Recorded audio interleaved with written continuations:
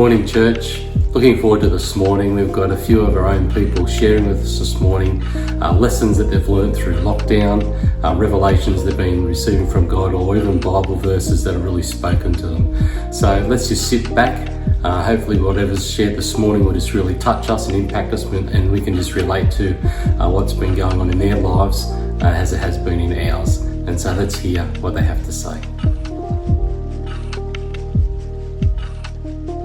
Hey church, I'm just here to talk about my lockdown experience and what God has been teaching me through this really challenging time. So first things first, I'm Audrey, if anyone doesn't know my name, and I'm in year 12 at the moment, so I'm approaching my HSC, which has been postponed a few times, and lockdown's been postponed and extended, that's the right word, and it's been a really stressful time.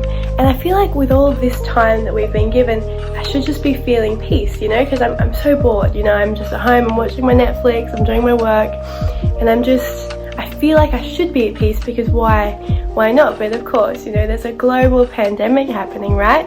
So I feel like God has been teaching me and really pressing in on the fruits of the Spirit, which funnily enough, last night at youth, we were talking about that, which was really cool. So in Galatians 5, the fruits of the Spirit are love, joy, peace, patience, kindness, goodness, faithfulness, gentleness, and self-control. And whenever I hear that, like that list of really good things, one always comes into my head. I'm like, oh, I think I probably need some more of that. And for me at the moment, it's definitely peace and patience, because it's just, we're stuck inside. I know it's just me and my mum, and we're just inside, and it's a lot. It's a lot of stress. It's just a lot going on. So I've been thinking, what is really causing this, and what can I do to grow closer to God in this time where I feel like I have excessive amounts of time? So recently I've been watching a lot of Netflix. As I said, I'm watching documentaries a lot, and there was one on social media and just being on your phone, and especially now I feel like we're all on our phones so much more. I'm like too nervous to look at how many hours I'm on my phone. That's, it's a worry.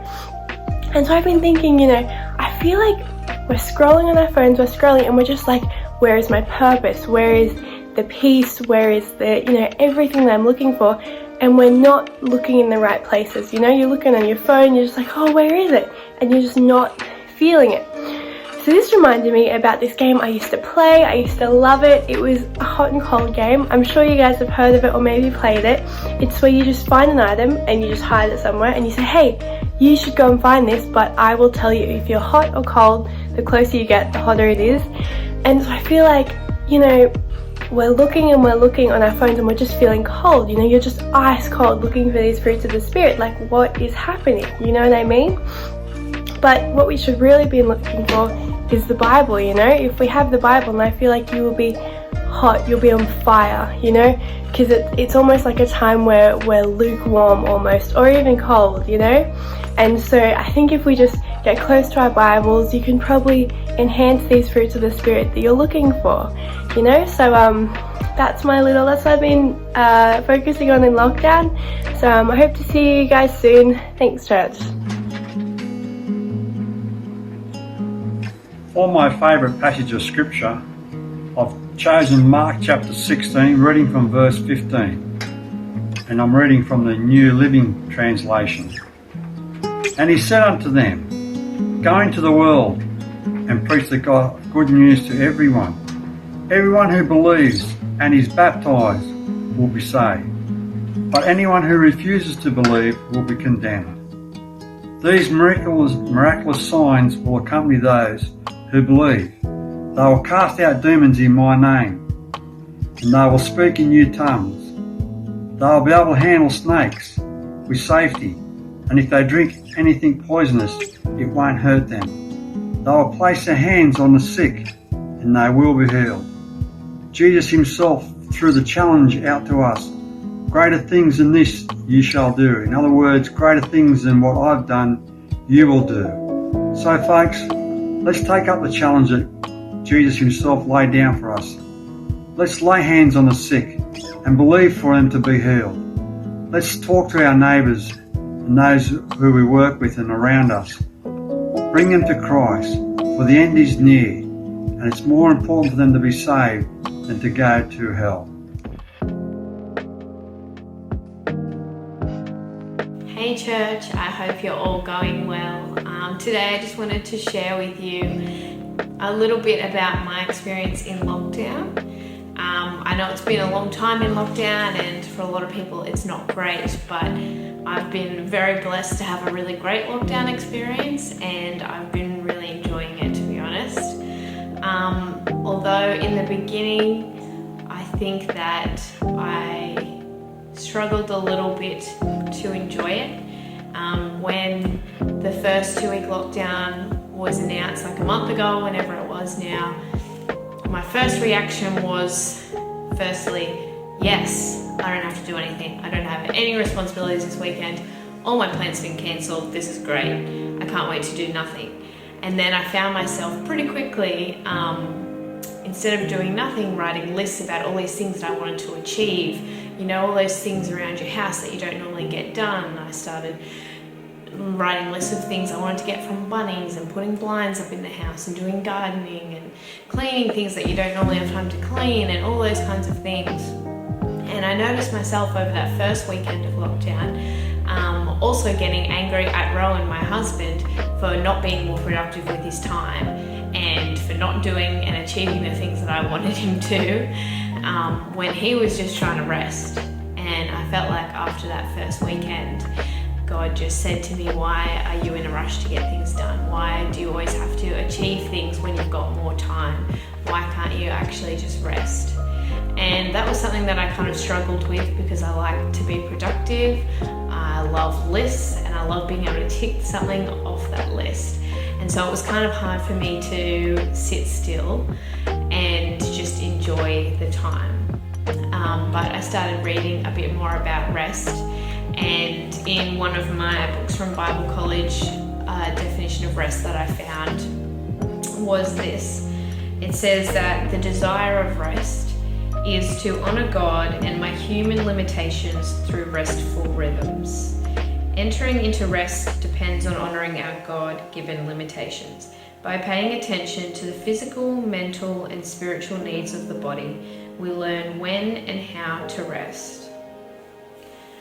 And so I found that really helpful for thinking about rest, that it's not actually a weakness, I guess, or something that's seen as lazy, but we're honoring God when we rest. We're respecting the body that He's given us by giving it time to rest, because it does have physical limitations, and that's something that God created it to have. And so I found that really helpful at the beginning of lockdown to kind of get that revelation from God for me personally. And so since then I've been really enjoying lockdown. I've been enjoying sleeping in because I don't have to drive far to go to work. I've been enjoying working from home in my track pants and Ugg boots, going for walks around the neighborhood, spending more time with my husband.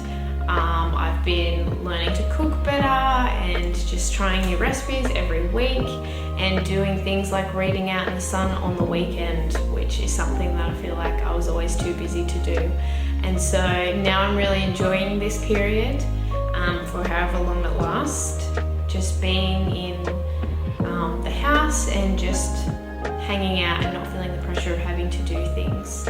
And so I know that when we return to full life, I'll have to trust God to get me back to full capacity, which I think is the second thing that He's kind of taught me, that if I need to be productive all the time and if I'm actually starting to feel a bit nervous about going back to full life, what does that say about what my life was like before?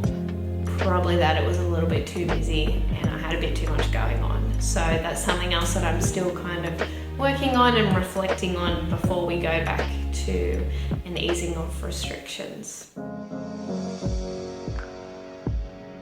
I'm here just to share my favourite verse with you that resonates through this COVID times. It's Isaiah 41 verse 10. Fear not, for I am with you. Be not dismayed, for I am your God. I will strengthen you, I will help you. I will uphold you with my righteous right hand. Now there's 3 segments in this verse that really, I guess I guess you could say I live by at the moment. One is the fear not.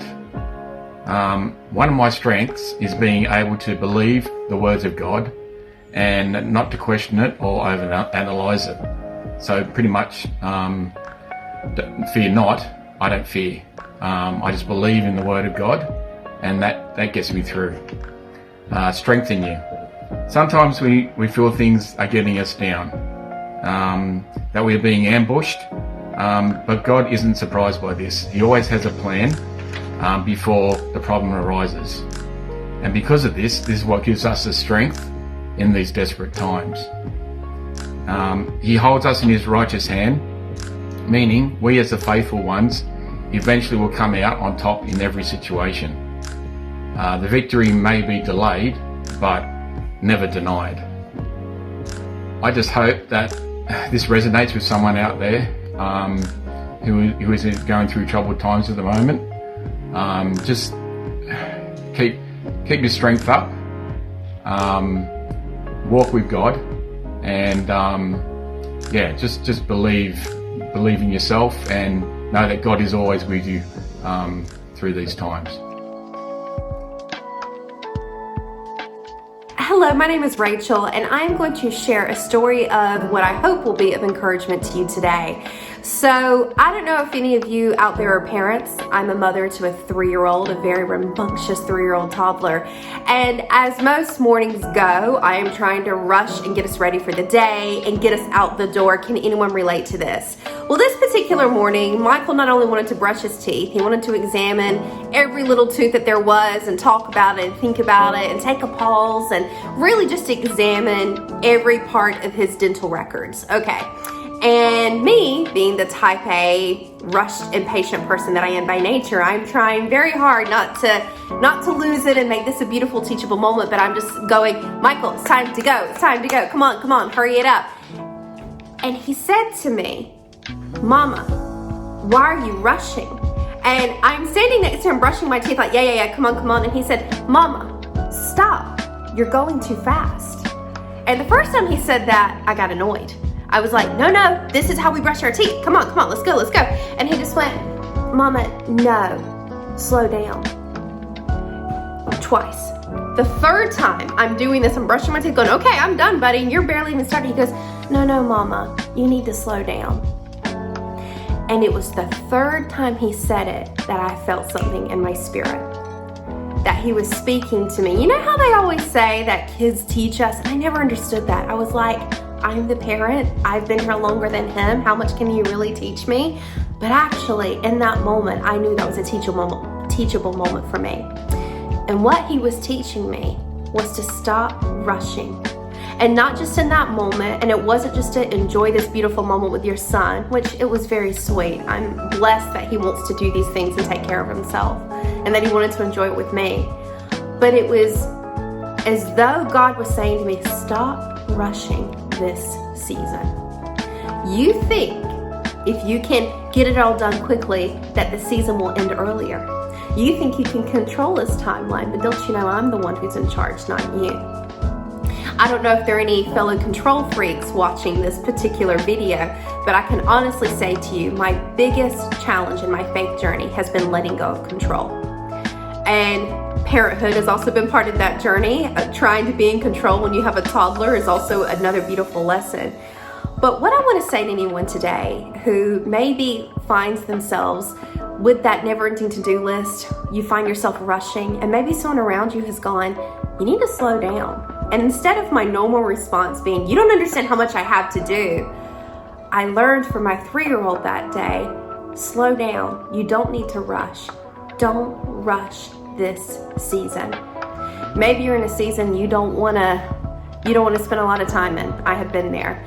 There are desert seasons that always last longer than we would prefer them to. But this is what I have learned. 2 things. Number 1, when you are going through a season that is just really feels like it's crushing you. It could be physical, mental, spiritual. It could be financial. It could be relational. Whatever it is, I have learned, instead of asking why me? Why is this happening? Ask, what is the lesson I am meant to learn here, God? What is it that you are trying to teach me? So many times I can easily fall into the victim mindset of why this, why now, why everything when I've tried so hard to do the right thing. But that is a very unhelpful question. The helpful question is, what are you trying to teach me here? Because there is always something he is trying to mold us into or refine, and that's just the way he works, right? Number 2 is to lean into spiritual rest. So many times we make lives harder for ourselves than they really need to be. And spiritual rest is a concept that has not been comfortable for me, because when I think of rest, I think, well, okay, I would love to nap all day, but I've just got things I have to do. A spiritual rest is different. It's a posture. It's an energy that walks into the room of going, I'm here to do something, but I know it's not all up to me. In business, sometimes it's really hard for me to slow down and go, this is what I'm in charge of, and God's in charge of all the other stuff. It's to know your place, and to also know that spiritual rest will get you to where you need to be. Just like Elijah in the cave, when he was exhausted and just wanted to die because he was so tired and just tired of being attacked and hunted. And what did God do? He sent him an angel to give him rest and food and hydration. And the angel said, you need to rest now or this journey will be too much for you. Lean into the spiritual rest when you need it. In Matthew 11:28, it says, come to me, all you who are weary and burdened, and I will give you rest. Take my yoke upon you and learn from me, for I am gentle and humble in heart, and you will find rest for your soul. For my yoke is easy and my burden is light. We don't need to carry it all around. We don't need to figure it all out. We don't need to rush through 20 things a day, because God is enough. So for any of you who are traveling through a season you don't really want to be in, I get it. I have been there. Don't rush the season. Learn what it is you need to learn in that. Don't resist it. And just lean into the rest that God has for you. For his yoke is easy and his burden is light. Sending you much love. Bye. Well, thanks guys for sharing this morning. It was great to hear your heart and what the Lord's been doing in your life. And I've just been really encouraged myself. So as we go into our week, let's remember that their God is our God. What he's been doing in their lives, he's doing in ours. And we can just really be encouraged by that. Also, church, again, just a reminder of our get together on Connect this morning at 11. Hope to see you there. Have a great week.